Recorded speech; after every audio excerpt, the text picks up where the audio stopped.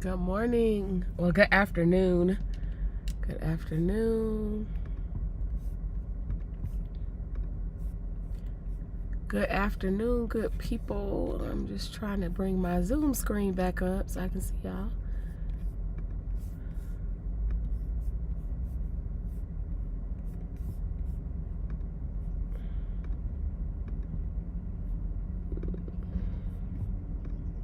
There we go.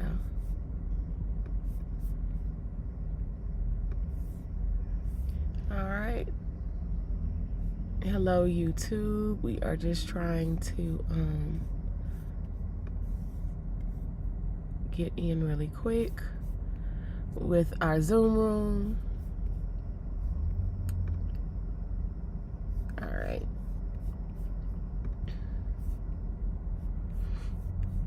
Let's see. All right, YouTube, be patient with us while we are admitting folks into our Zoom room. Welcome as you are tuning in. Let me know where you are tuning in from. I would greatly appreciate that. And I'm gonna get Instagram on here. Hey y'all. As y'all can see, I am still in my car. When I tell you sis is on the move, I am on the move. So let me make this live to Facebook right quick.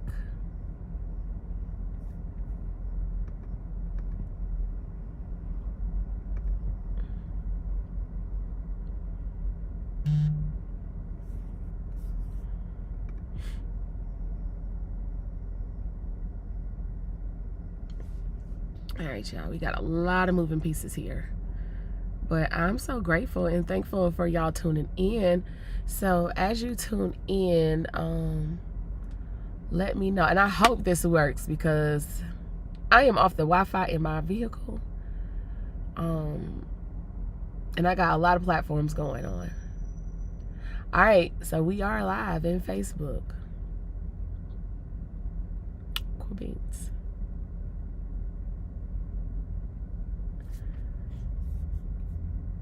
All right.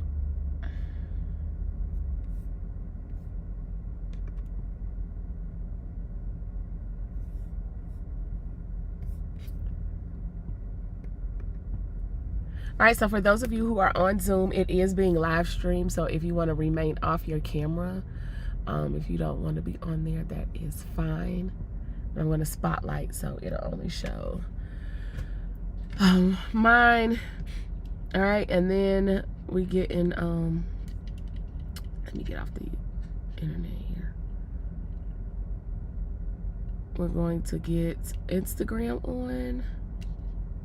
And we ready to rock, y'all. Ready to rock. Please, as you come in, let me know where you are tuning in from.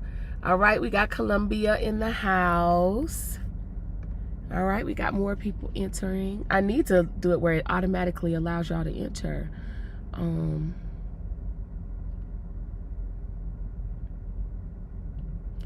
Monday midday Bible study for entrepreneurs.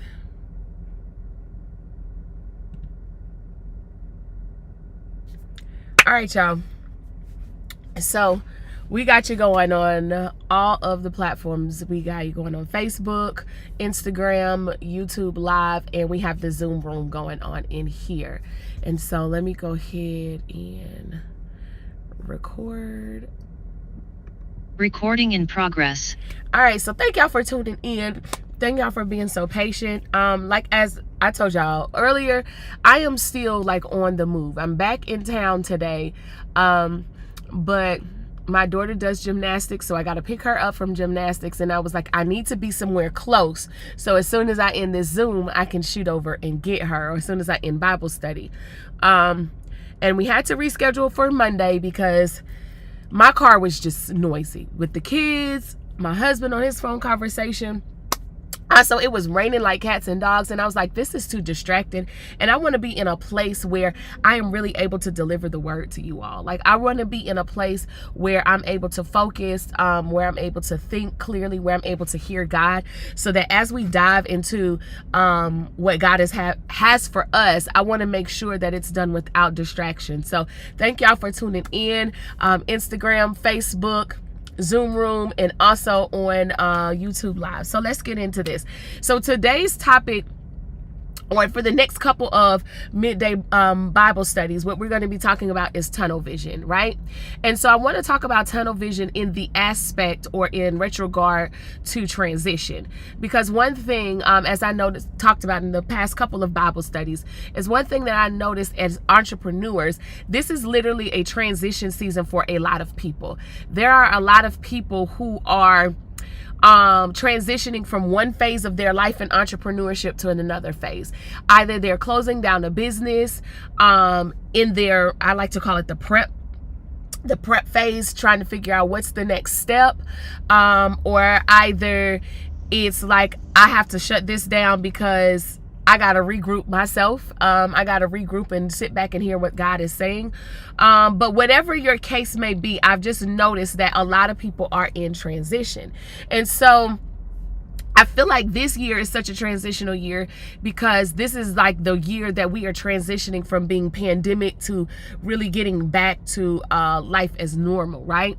And so a lot of people have built these phenomenal businesses and these things based off of what life looked like during then. But now, as we see, as the economy is trying to find its way back to a stable point, as the economy is trying to find some more dollars, that we are faced to pivot in this season. And I think God really wants to make a statement when it comes to pivoting in entrepreneurship, because so often we are so focused on our own plans. We're focused on the things that we want to do. We're focused on the idea that we have, and not necessarily the idea that God has. And so I want to come back and kind of regroup and bring us back as we talk about tunnel vision, because if you look at tunnel vision as an example, tunnel vision is sort of like, in society, they use it as just focusing on one thing and not being able to see anything else beside you. I have actually experienced tunnel vision, like physically in the flesh. And my husband rides a motorcycle. So us getting married, he had a motorcycle, and we were out on this motorcycle, y'all. And he was like, hold on tight, because I'm about to go.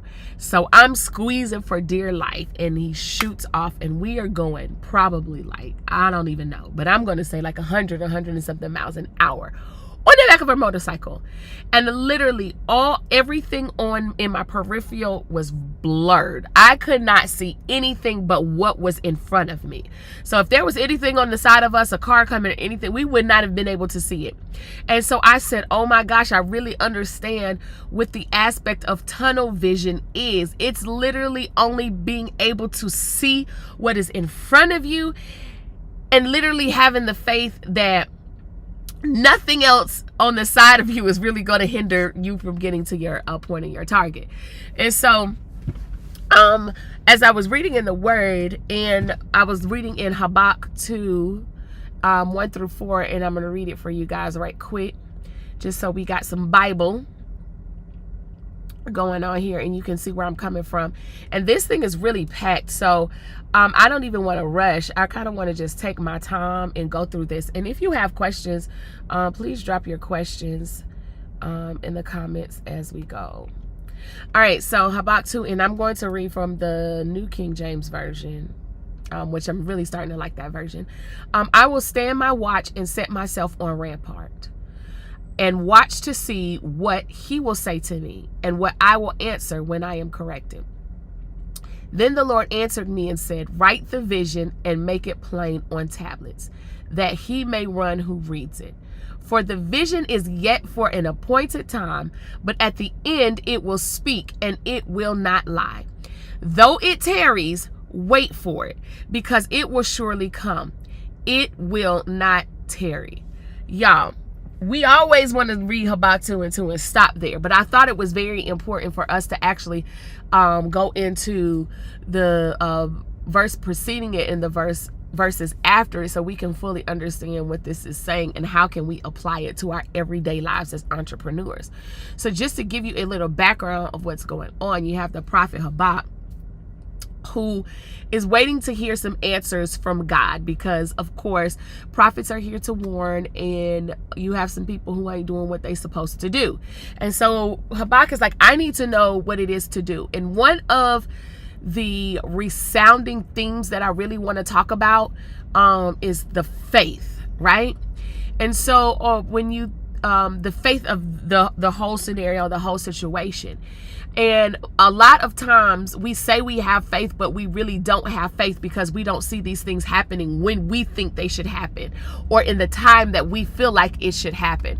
And so here we see Habakkuk saying, I'm going to go up on the tower or the rampart. The rampart literally is it's like a wall that protects something, right?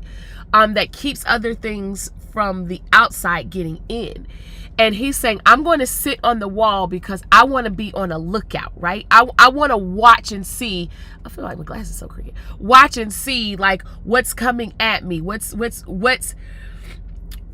I might be facing, right? But I'm sitting firm on this wall that protects me. And he says, I'm going to ask you to reveal to me what to do. And I'm going to sit here and wait. Y'all, transition season is all about waiting, right? But waiting is not a place of inactivity. Waiting is not a place of not forward movement. Waiting is literally being in a place where I am going to rest in God, understanding that He's going to give me what I need in order to make it through this transition and move into the next season. And so waiting, I feel like, is really hard, especially for entrepreneurs, because it's like, I got to get it. I got to get it. I got to live. I got to survive. I got to hit these targets. I got to hit these goals. I'm on social media and I see people doing their thing, and I see people reaching their goals and hitting their targets and making X amount of dollars. But I'm sitting right here and I'm in my transition season, and God, what am I supposed to do? And so we see a good example here of God is saying, literally, number one, I've already protected you. I've already written the script for you. I've already guarded you, but I need you to come to me and ask, right? And in Matthew's, Jesus talks about that. He said, you have to ask, you have to seek, and you have to knock. And a lot of times we like to skip the steps. And so the most important thing of entrepreneurship, especially when you're in your transition season, especially when things seem to be a little bit foggy, especially when it's like, okay, like, what's my next move, God? Like, I feel like I'm stuck. I feel like I'm stagnant, but I know you're trying to sit me down to speak to me about something. And God says, I need you to just sit and be still and listen, right? And the thing that I love about this passage is after he asks God to reveal to him, right? And after he makes a declaration literally that says, I'm going to sit and wait for you. Then came the instructions. I need y'all to pick up on that, right? Then came the instructions. We have to understand that there is a systematic approach to everything in life, right? God is systematic. He created everything intentionally, right? So that it can work in a particular way and it can do a particular thing. And so in the Bible, He literally gives us the ecosystem of life, how to live, right? How to direct and how to guide ourselves based off of these biblical principles. But when we don't get in the Word, when we don't take the time to study, life can seem like it can life us and it can throw us off track. And it's just simply because we don't understand the systems and the functionality of life that God has given us. And so when we ask, right, we must wait. And so in the waiting period, you are literally seeking, right? You are still asking, but you've added another component of seeking. And so it's like, okay, God, show me what it is that I'm supposed to do in my next season, right? Show me where I'm supposed to go. Show me who I'm supposed to talk to. Show me what I'm supposed to create. And then in that, y'all, we even got to be okay and we got to be content when He says, I just need you to just sit here. I need you to sit here for a while because I need to develop your faith.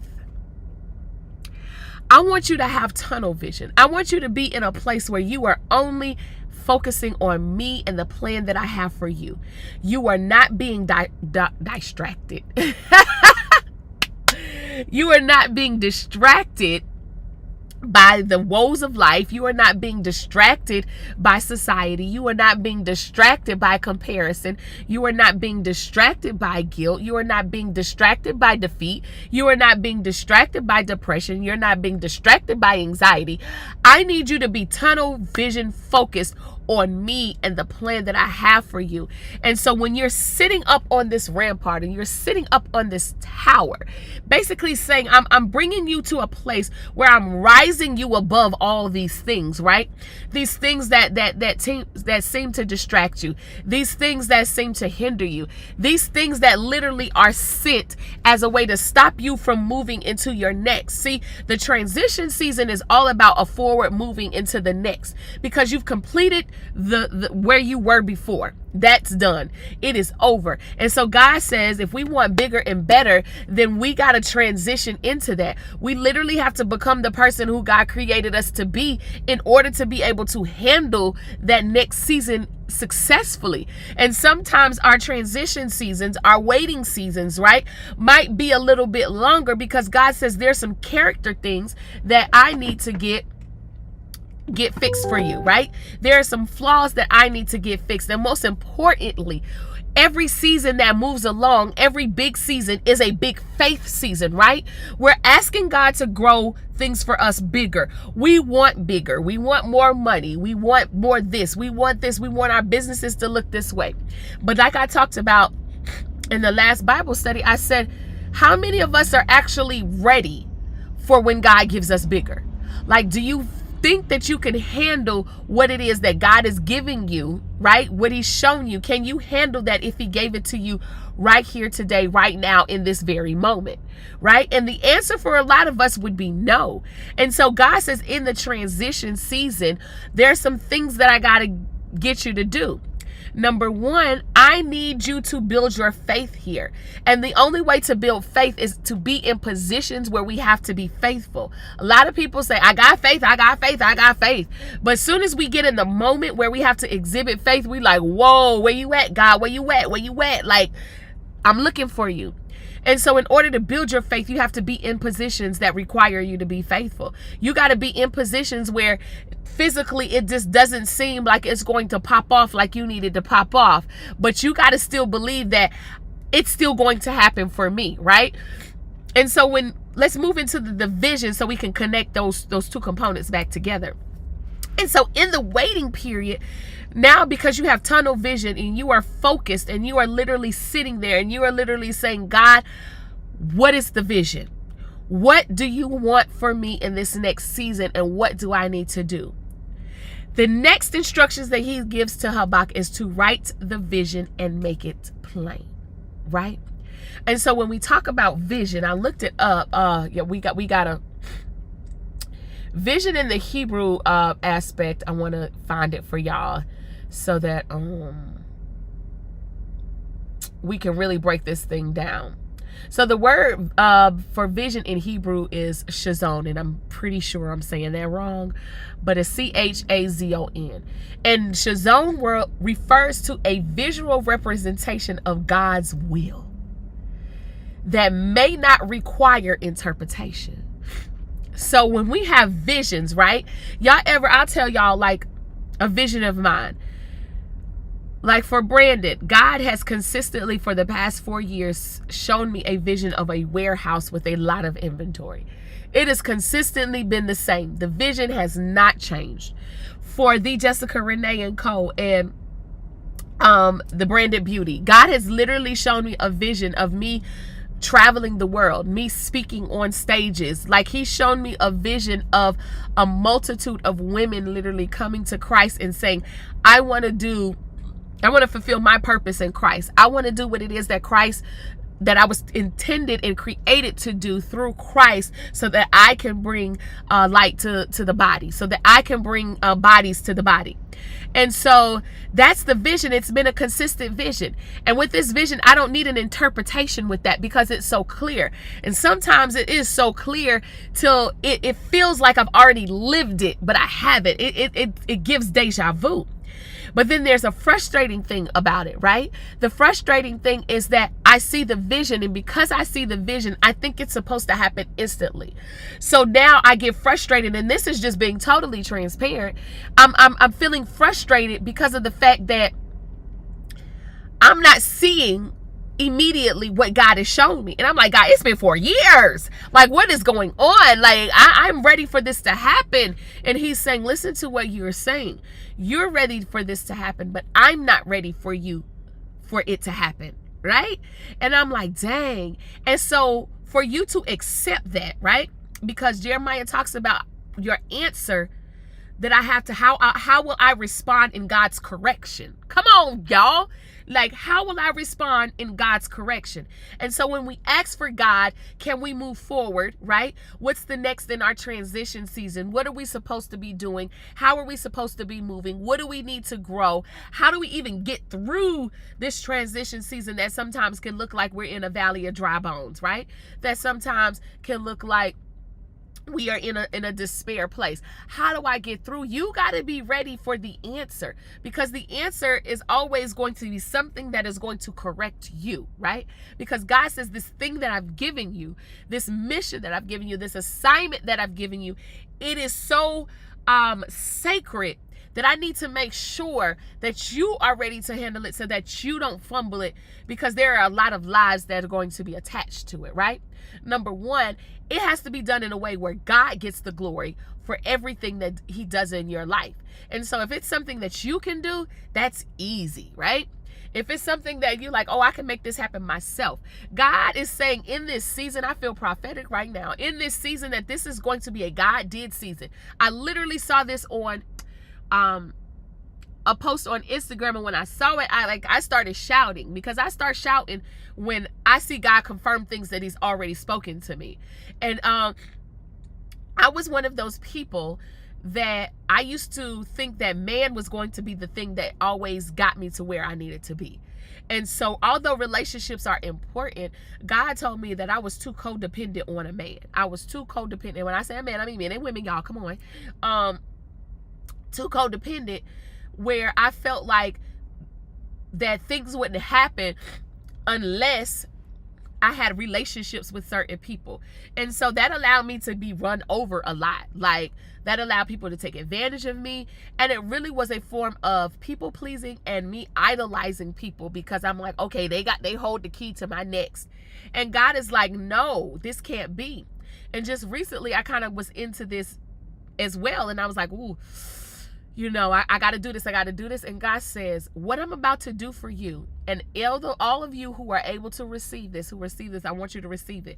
He said, what I'm about to do for you, no person can take credit for it. It has to be a God did it moment.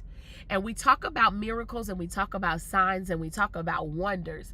But when we really think about those things are God did it moments. Like, you can't take responsibility for it.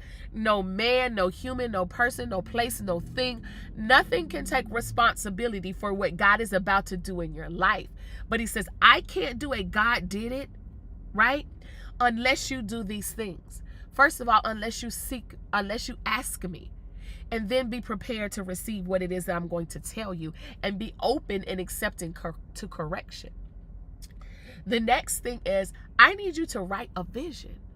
So God is literally saying, I'm about to give you a vision that you don't need interpretation of.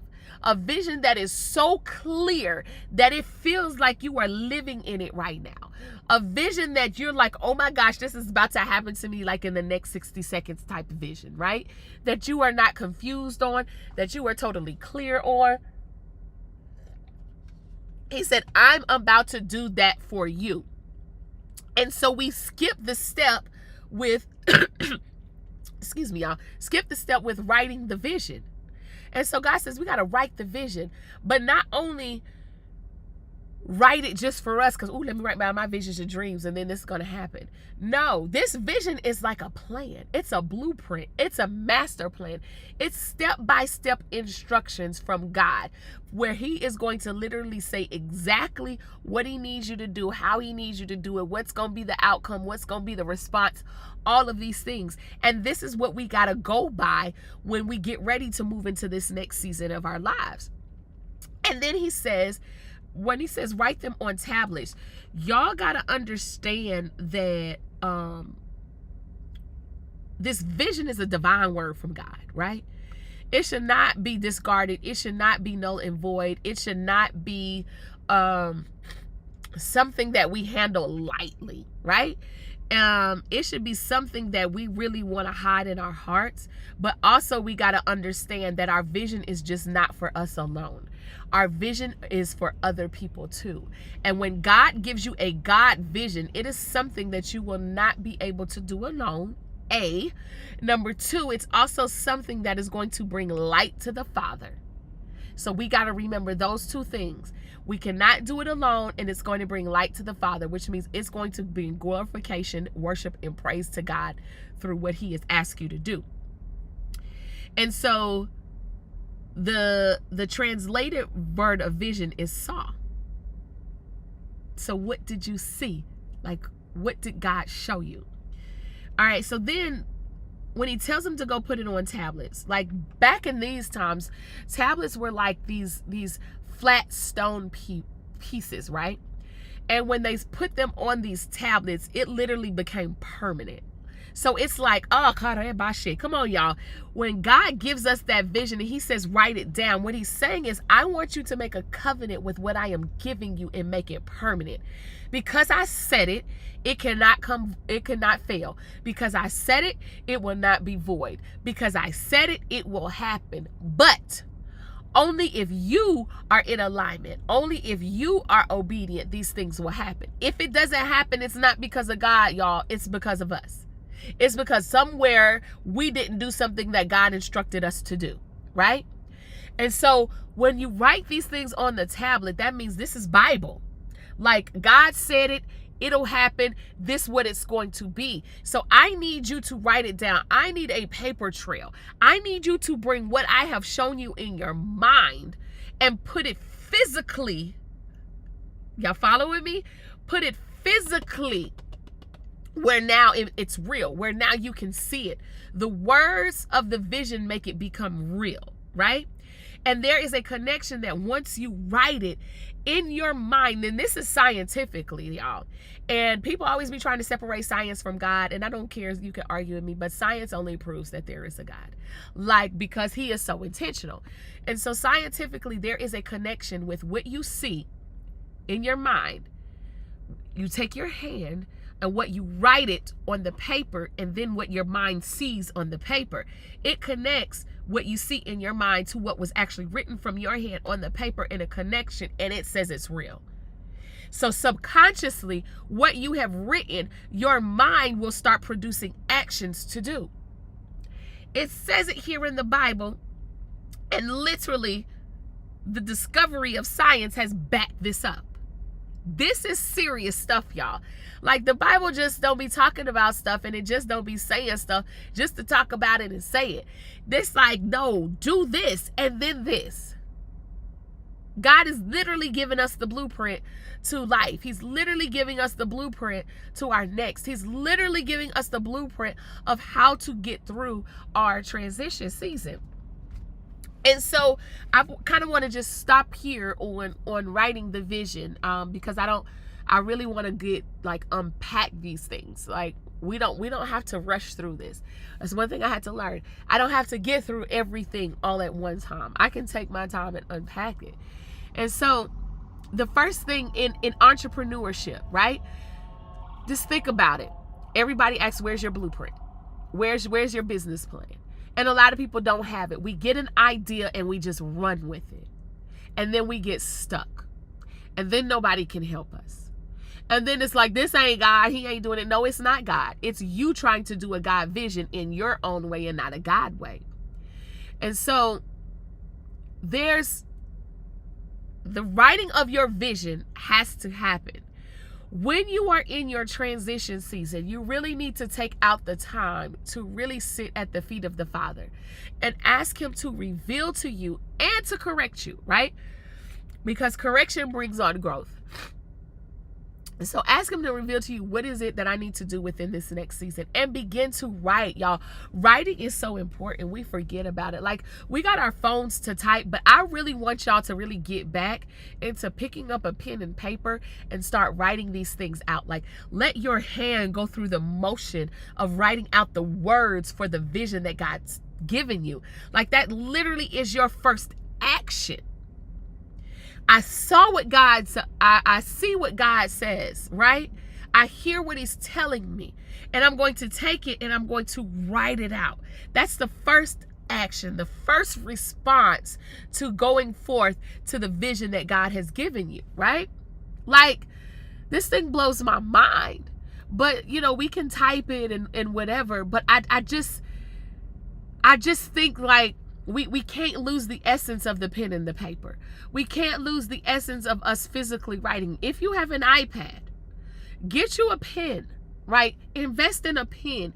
And if you're so techie that you don't want to carry around paper, use the iPad and the pen. But I highly suggest that we begin to start physically writing down what God has given us, because that is the first motion.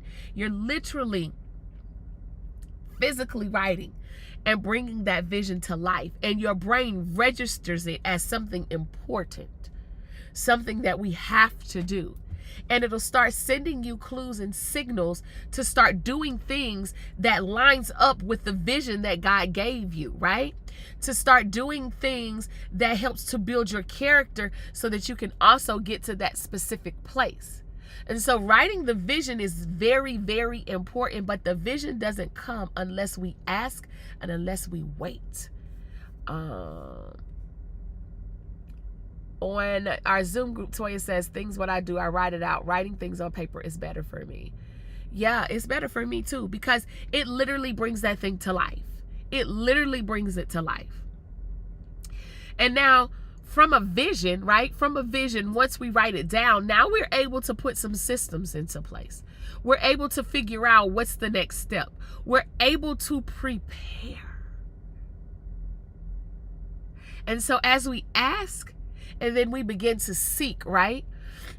The seeking puts us in a preparation place. What do I need to have in order to be where I need to be? The first thing I want to tell you all is that we got to start checking us first. Like, we want to make sure that we have all our business functionalities in place. We want to make sure that we got our LLC, our business license.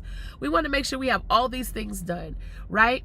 We don't like to be in holding positions. We don't like to go through transitional seasons, because we always feel like we're going to be left behind in those seasons. We feel like everything is moving forward, but we're still stuck and stagnant in the same place. And the reason why you remain in that stuck and stagnant place is because you are now fighting what God is telling you to do versus what your flesh is telling you to do. So it puts you at a standstill. It puts you at a holding place. And now you are in a holding place and not a waiting place. A holding place is where we are not productive. We're spending too much time battling between what we know God told us, but what the flesh wants to do. And the flesh every time wants to appease society. The flesh wants to appease man. The flesh wants you to do things strictly for the fact of doing it so you can post it, so you can get praise from it. And that is not God.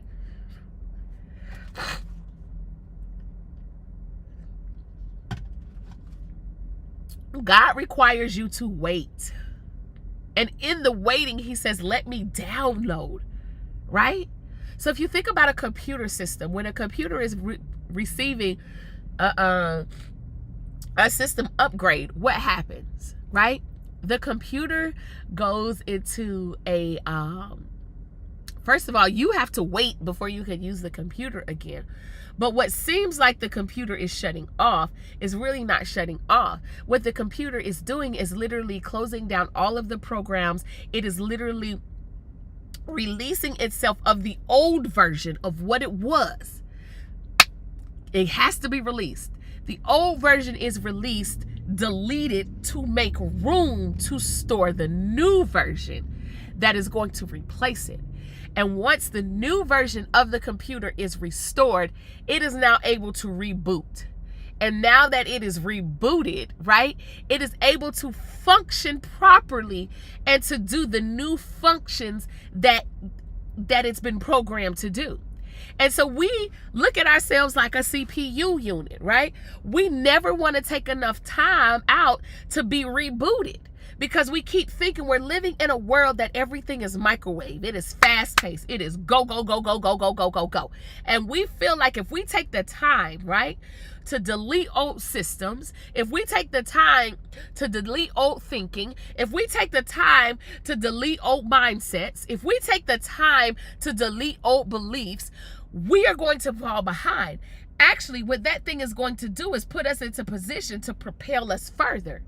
And so God says, in your resting season, when you are waiting on me, when you are staying focused and tunnel vision on me, you are giving me an opportunity to remove everything that will no longer serve you into your next season, right? And even in the removal, it's going to remove people, it's going to remove places, and it's going to remove things from out of your life that will no longer service you in the next season. Because the new you, the new thing that he is about to download in you, the new software, the new programming system cannot operate with the old version. The new functionality that he needs you to do into this next season and into this next level cannot operate with the old version of you. And so the old version of you has to be removed. And so that's where the part where we got to allow the Lord to correct us. We got to allow him to maintain our hearts. We got to allow him to maintain our minds. We have to allow him to maintain our spirits, so that when he elevates us into the next new level, when he gives us the new thing, that we are totally, altogether, holistically prepared for the next. Or you will mishandle it and you will fault it. And then you got to wait for the next time. Like, then you deal with the woulda, coulda, shouldas. And what's the lesson I got to learn now? And all of those things. And so we got to be very mindful of that. And so in this season, because there is a new program, you got to be in a place where you're able to write down the new software. The new coding for your new software. I'm going to say that again because that felt good to me in my spirit. You got to be in the place where you are writing down the new coding that God has for you, so that you will be able to function in your next season. And so every season we got to have transitions. If there isn't a transition, you are stuck in the same place. If you can't say, God, if you say, God, I am giving you my yes, that means, God, I am being patient and I am waiting on you. And next week, we're going to really get into patience and the waiting aspect, because I think that is really pivotal. But I felt like it was so important to talk about the vision right now and understand that these thoughts that you have aren't just simple dreams. They aren't just things that you can say, oh, yeah. No, these are divine messages from God. These are divine instructions from God. God is literally saying, I'm showing you this because this is what I need you to do. And I chose you for the job. Some of us don't even think that where God is taking us, we're hindering our own selves because we don't even believe in it enough. We doubt ourselves because our belief systems are off.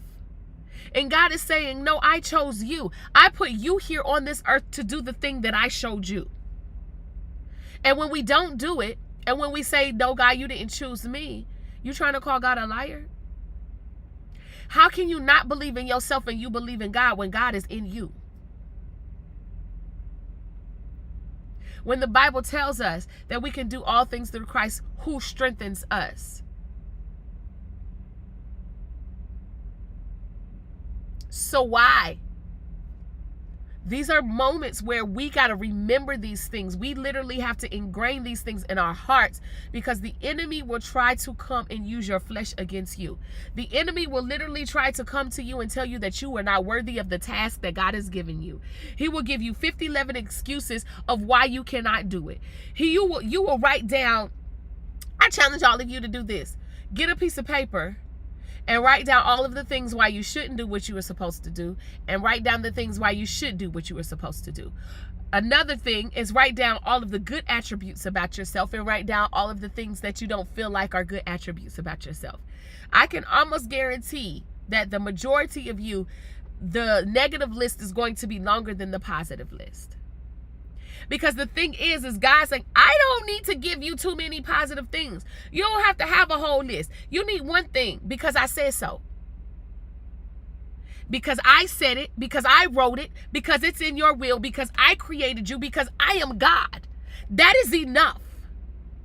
He says that's all you need to stand on. But the enemy got to give you 12,367,000 different things of why you shouldn't do it, because it takes that much convincing versus the one thing that God told you. So we got to understand the manipulation of the enemy and the manipulation of God's word that he uses to stop you in this season. And to the person who feels like you are not equipped, you are not able, to the person who says, like, how do I rebound from this? I was literally just on the mountain. I was at the top of my game. I was making the most money of my life. And now it just seems like I'm having trouble filtering through these things. God is saying this is a God did it season. He's saying, I got you. And he's saying, because I gave you the vision, that is enough. That is the only reason that you need. And he's also saying, how dare you doubt the creation that I made? I made you for a reason, and I made you for a season. And I gave you something that there is no man on this earth, no one else can do it but you. There are people who I need you to speak to. There are people who I need you to help. There are paths that I need you to cross. There are solutions that I need you to provide that nobody else can provide them the way that I need you to provide them. Entrepreneurship isn't something that puts you, how can I say this, Father? Give me the words, Holy Spirit. It is not to be used for glorification of self. It is not to be used as a way to say, yes, I'm an entrepreneur now. I'm famous. I got this. I could do this. Da da da da da. Blip blah blip blip blip bloop blah blah blah. That's not what it's for. Entrepreneurship is for the uplifting of the kingdom. You got work to do. God said, I chose you. I chose you to lead. And what are you going to do with that leadership? How are you going to serve the people that I have called you to lead? Entrepreneurship is about leaders. It's about serving. It's about a servant being a servant leader. So if you are in it for anything else, I don't care what nobody say. How much money you can make doing something is not a good enough reason to pick anything that you are doing. And I read that somebody was like, there is nothing wrong with choosing a business just because they make some money. It is. Because you are now saying, I worship this business. Because this business is going to get me all the money and all the funds and all the life that I want to live and all the things that I want to have. And that is literally worshiping the God of mammon. And when you get to a place where money starts to control you and money starts to rule every decision that you make, you need to break that covenant right there, because now you're entering in a stage of idolatry. You are worshiping other things as God. And so if you want to make, I don't even want to say that. If you want to holistically have the best life ever, which means all of your needs are met, which means you are operating in the abundance and the overflow. And I don't know, Holy Spirit is taking me here, and I'm gonna go there. And who says what your abundance and overflow is? We think we got to get to 6 figures. We think we got to get to $1 million. We got to get to this. We got to get to this. We got to get to this. We got to get to this. And a lot of people are teaching this. And as I've been sitting at my Father's feet, studying my word, God is saying, you make an overflow and abundance all about money, and it ain't. God said, I'm going to give you overflow and abundance in every aspect of your life. Overflow and abundance means I am giving you more than what you need. And the thing is, the majority of us don't know how much we need. And so because we don't know how much we need, we go after this thing where we got to get more and more and more and more and more. And before you know it, you've worked yourself to the darn bones. You've sacrificed your soul to the bones because you are trying to get a more that doesn't even have, I don't even want to say a ceiling. You are trying to reach a place of a place where you don't understand. You got to know what your more is. You got to know, what is it like for me to be filled? What is it like for me to be happy? What is it like for me to have joy and for me to have peace?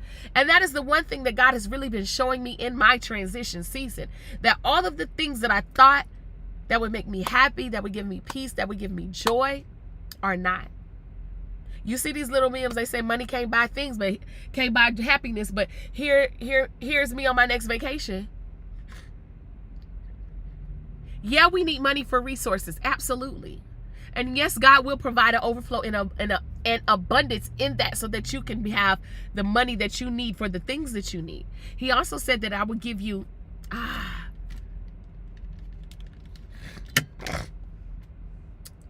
Instagram, shut off. He also said that I would give you the desires of your heart. And so the thing is we got to understand that those desires have to be aligned with God and what he says. And when he gives us those desires, sorry, y'all, I got to cool this phone down. Then we're able to move, right? Then we're able to have a right mind in what we're asking for. When we have the desire of God, then we automatically know, okay, what is my overflow and what is my abundance? And so if you don't actually know that, if you don't actually know what it means to be whole, if you don't know what it means to have the peace of God, the joy of God, if you don't have those things, you will literally be chasing money for the rest of your life.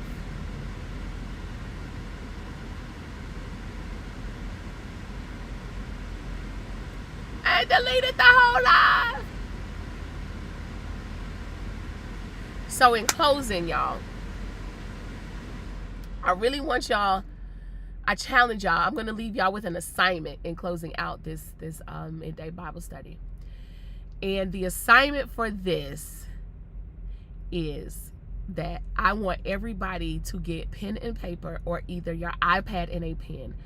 And I want you to spend time this week in conversation, in meditation, in prayer with God, and ask him to reveal what your next vision is. I want you to ask him, let's see if I can bring Instagram back up right quick.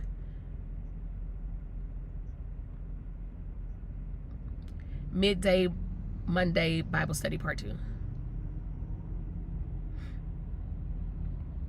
Let's see if we could just bring them on here for like 1 second. Okay, so I really wanted y'all to get this, so I had to come back live. My phone got overheated and just shut y'all out. I'm sorry, Instagram. But the assignment for this week is for everybody to take pen and paper, or either your tablet and a pen. And I want you to get before the Father. I want you to petition him. I want you to come to him in prayer. And I want you to ask him to give you the vision for your next season. And as he is speaking to you, I want you to write. I'm so sorry, y'all, the live went out. I want you to write. Write the vision and make it plain. Like, we are no longer going to be reciting verses just to be reciting them. We are no longer going to say, I'm in the kingdom just to say I'm in the kingdom. We are no longer going to be saying I am a Christian entrepreneur just to say it. Being a Christian is not trendy. Being a Christian is a commitment. It is a commitment to Jesus Christ. Being a Christian means that I believe that Jesus died on this cross to save me, so that I can go forth and do the things that God has called me to do. That is what being a Christian is. Being a Christian is believing that there is a God. Being a Christian means that I am going to be like Jesus, and I'm going to die to my flesh every single day so that he can live within me. And so as entrepreneurs, we have to take that same thought process, that same belief, that same mindset and component, and we have to put it into our businesses. Yeah, it's not going to look like what society does. It's not going to look like what the next person is doing, and it's not supposed to. In Jeremiah, God says, I set you apart. And we got to make sure, are we set apart? Girl, because I ain't talking to you. Are we set apart? Are we aligning with what God has for us to do? And so I want y'all to write those visions out. And when you do it, put a post up and tag me. You don't have to tag your vision. You know, you could just tag the book. You can blur out your pages, because that's between you and God. But I want y'all to tag me, because we're going to hold each other accountable in this season. And let me know that you wrote the vision. And I'm going to do this activity with you all, okay? And so let me look at my calendar for Monday to see where I am at. Ah, dang. This calendar is not on this phone. No, I am traveling next Monday. So I'm traveling next Monday. So we will have midday Bible study. I will send out an email, and I will put it on all my socials on what day we will have it. I know we cannot have it on Wednesday either, because I'll be traveling. So I'm going to try to do it one of those evenings. So just be on the lookout. Stay tuned, because I might do it on Sunday evening. We'll see. But I will email y'all, and I will post it in the group. So y'all bear with me this summer as I'm traveling with my son. He has a lot of football camps that he has to go to. Rising Junior, we're trying to get exposure because we need scholarships, okay? And so we know what God said, and we are literally taking the journey that he asked us to take, okay? So I thank y'all so much for your time. If you have any questions, please jump in my inbox and let me know. And I got one favor for y'all. Please, please, please, please, I'm asking y'all. If you are enjoying Midday Bible Study, if you enjoyed this Bible study, can y'all give us a little review and just post it on socials and tag us for it? You know what I'm saying? Sharing is caring. And so we live in a world where there's social proof. And the more that you show how it's affected you, the more that you show that you are a light, the more that it will draw other people. And yes, we are looking for numbers. Yes, we are looking for numbers. And I say that confidently. And I say we're looking for numbers because God has me on an assignment to reach a multitude of people, but I cannot do that on my own. I need you all's help to do so. And so we want to make Bible study this huge thing because it is needed. And as it grows, we'll bring on other host people to host a week of Bible study and insights. But we got to lay the foundation. We got to get the people in the room, because the more people who learn how to build their businesses based on God's principles and the Bible, the more we build and we uplift the kingdom. All right. So don't forget about your homework. Don't forget to tag me. And I am working on getting us in a group. I really am not liking Facebook groups or group me. So y'all bear with me while I'm trying to figure out the best option for that. What about next Thursday? Because I need my hair done. That's so funny. I think I'm in town next Thursday. So yeah. And also, y'all, tickets are open and available for the Becoming Weekend Live. It is going to be a phenomenal weekend, and right now we have early bird tickets going on. And so the whole weekend is about releasing, rebuilding, and relaunching God's way. You definitely want to be in the room there. So until next time, I gotta go and pick up my daughter. I read a little bit over, but I don't like to rush the Holy Spirit. I will talk to you guys later. I love you. And there is nothing, I love you, I mean it, there's nothing you can do about it. And if you don't love me back, there's your issue, not mine. Peace.